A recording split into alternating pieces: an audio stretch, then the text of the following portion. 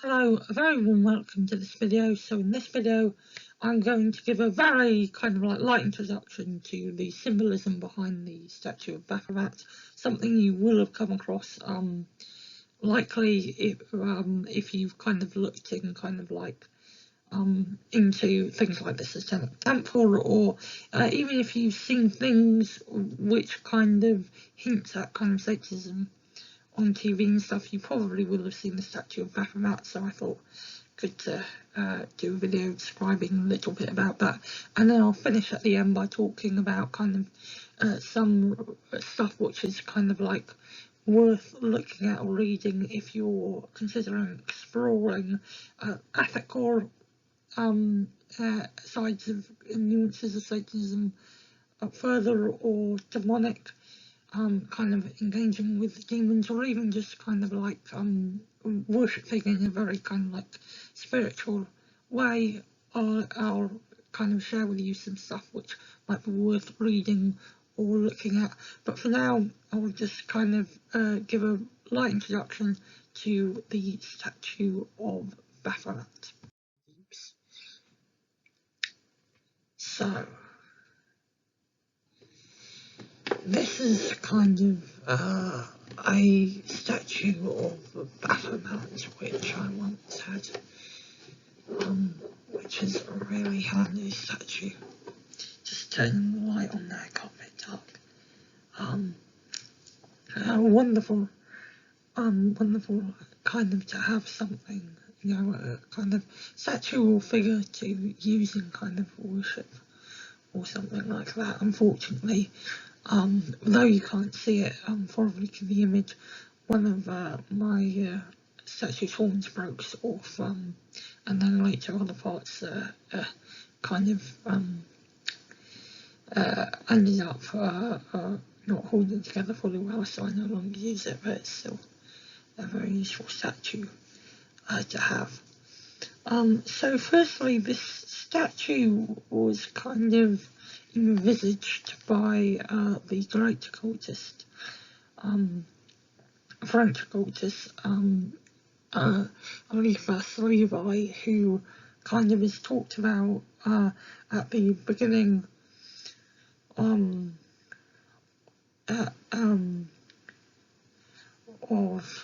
a book by E.A. Coating, who does How to Become a Living God.com, and whilst I'm not such a fan of all of his theology, I think he writes some amazing books, and I'll come on to that in the recommended reading section. But kind of Eliphas Levi was one of the first people to really write about, openly write about kind of the satanic cult, really. And he envisaged a winged hermaphrodite with a torch between the horns and a pentagram on the head. Now, I've talked a fair bit about the pentagram in other videos, so I'll leave that there for now.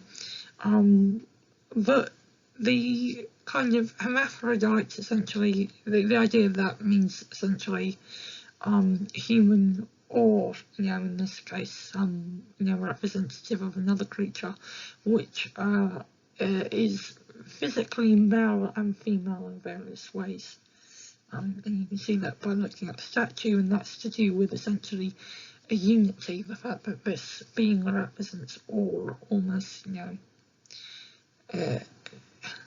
almost essentially a uniting being, something that is capable of understanding all aspects of existence.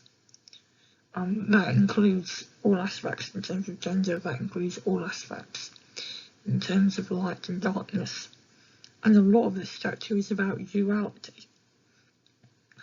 The kind of like flame that is typically from the kind of head of the statue of Baphomet, or a kind of like torch with the flame, which you can't clearly see in this kind of picture, but it's kind of typically there, and was there before it broke off of mine, was this represents kind of wisdom. Again, particularly useful associated with wisdom and knowledge. one website that's worth checking out if you're kind of interested in kind of the left-hand path, so not specifically Satanism, but any left-hand path practice, is forbiddenknowledge.com. Just essentially lots of people post things on there relating to kind of like the left-hand path community, which is very good because the left-hand path encourages independence, but it can sometimes feel reasonably isolating. So kind of groups like that are very good. Again, obviously be careful on the internet, but groups like that are good for kind of like giving kind of community. And essentially again, the hands we have as above, so below. Again, or equivalently as below, so above. The unity of everything, but also the fact that kind of here we have almost the equivalence of heaven and hell, if we want to use traditional Judeo-Christian kind of terms, because a lot of Satanism is about having joy and maximum enjoyment and satisfaction in the present and in a world which is not paradisic in the traditional sense of absent from difficulties, but essentially having heaven in a broken world, as it were. And on the arms we can see essentially the Latin words solve on one of the arms, in this case the left arm, which means separate, and on the right arm we have coagula, which, as you might be able to tell from the word, coagulation means to essentially join together, to, bond for things to kind of become one. And this relates to essentially Baphomet, or the image of the kind of like main figure within Satanism, be that a metaphorical figure in atheistic Satanism or a literal one in theistic Satanism. Essentially is usurping the power from God of finding and releasing, and essentially having control over the world and having powers of creation and annihilation. Again, the great creator and the great destroyer.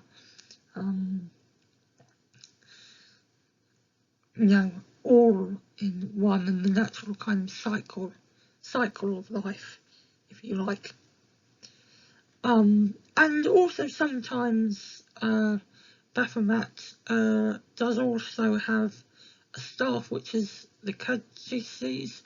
Here he's kind of like, it's almost, he's holding that with his legs. And, that essentially relates to the kind of Greek god Hermes, the god of messengers, and therefore relates to trade, negotiation, and that kind of thing. And though I don't think this was actually the original intent, it is interesting that that is the symbol used, given that a lot of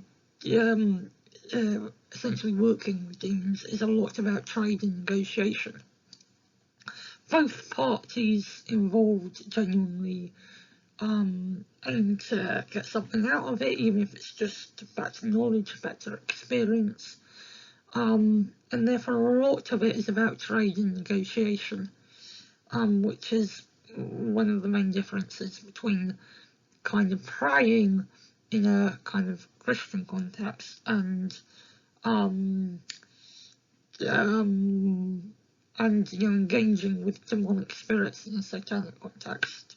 Because in the Christian kind of idea, one prays to God, but there isn't really much negotiation involved. It's God's will be done, basically. Whereas in Satanism, it's kind of countered with my will be done. Each practitioner saying my will be done. So, if you're the one speaking to the demon, then your will is of importance. So basically it's not just, subjugating oneself to a god. There is negotiation involved and one's own will comes into it. And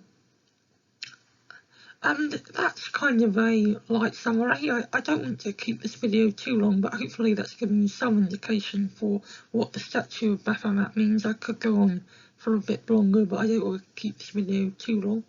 So now, this is just a summary of everything that has been said. Feel free to kind of like stop the video here if you would like, because I'll be moving on to kind of some recommended reading next, but I thought it'd be good to summarise everything. And it's worth saying, though I didn't get around to mentioning it on the slide, the name kind of Baphomet, well, I mean, there are various origins for the actual kind of name, but kind of one of the ways it came about is essentially an adaptation of the Prophet Muhammad, which Muhammad is meant to have wrote the Quran, and essentially writing the Quran give to man the word of God. When the angels told Muhammad what to write, he wrote it down, at least, according to kind of like according to some religious perspectives. But again, we have this thing of kind of like a messenger, again, analogy with Hermes and the Caduceus, the winged messenger of the gods. Even though Muhammad was a man who kind of was well, the angels strictly were the messenger, but Muhammad wrote down what the angels said, and thus kind of acted as a kind of way for God's words to be accessed by many people by writing down the words that God said. Even though the angels were the one that told Muhammad what God wanted to be written. And so we essentially have, again, Lucifer kind of like giving knowledge to man, giving almost, in the case of Satanism, almost forbidden knowledge to man. Again, we have kind of Lucifer and Baphomet and all of that associated with the giving knowledge, which is one of the things that kind of demons will often do. Particularly kind of like demons like Astaroth, who is particularly concerned with the mathematical sciences and that kind of thing. But kind of, so we go from sorry, I'm struggling to say that now.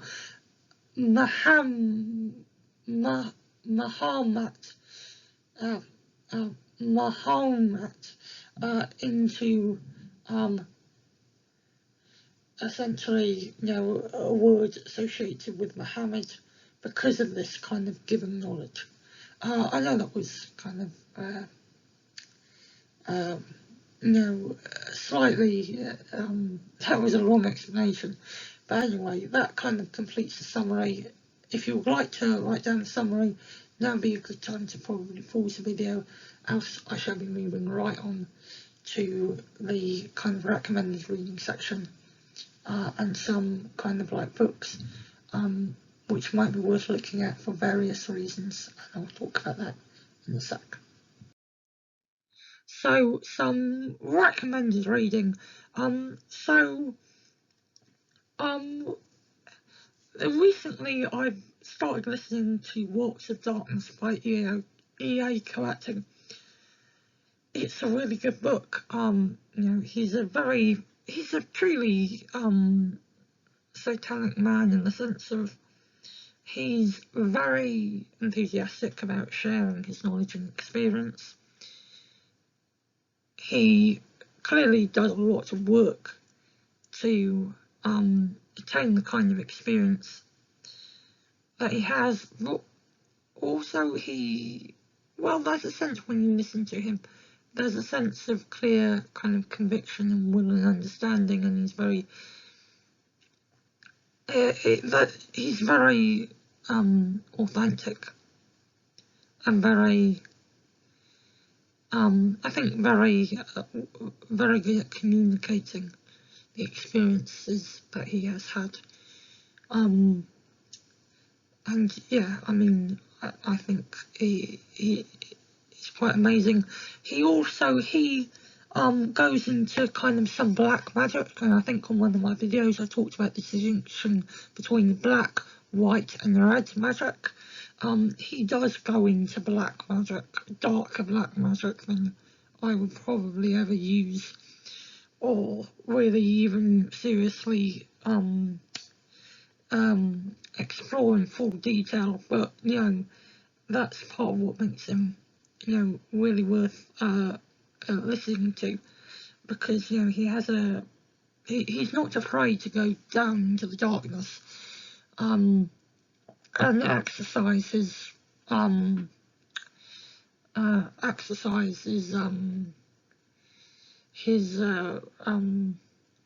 well, the kind of powers he gains and stuff. But he does talk about the more ambiguities and ethics of that.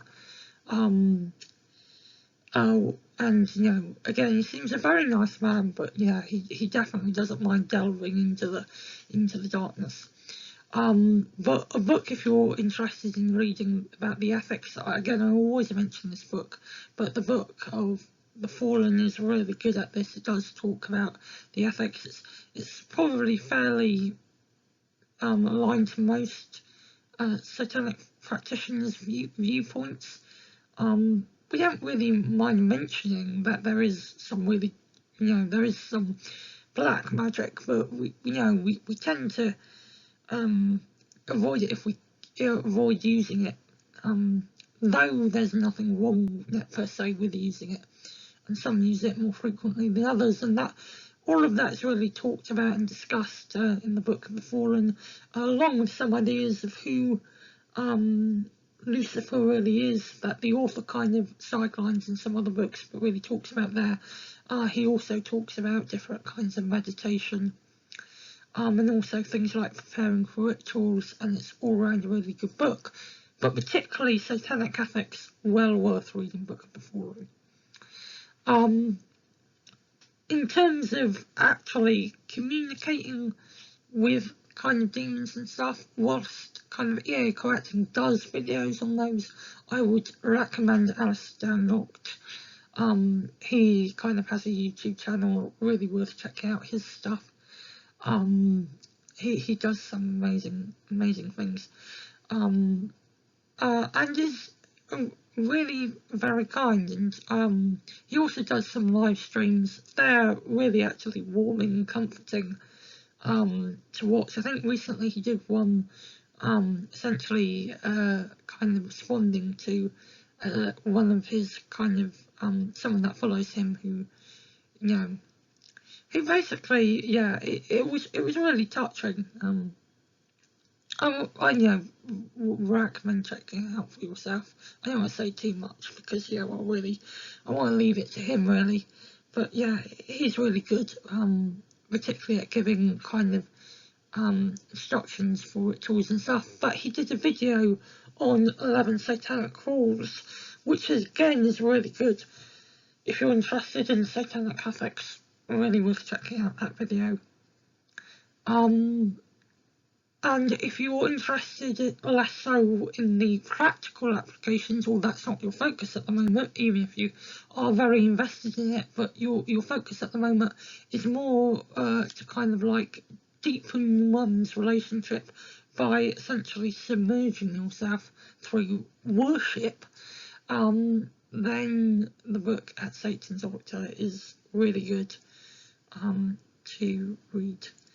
Satanic Prayers is another really good book, but yeah, there's a lot out there, so I really hope this video has been good. I've tried to give some hopefully helpful suggestions if you're interested into looking at this kind of area of spirituality, and kind of experience, and hopefully I've also given a light introduction to the meaning of the statue of Baphomet, because it's something you see everywhere, really, which is worth therefore giving at least some background to.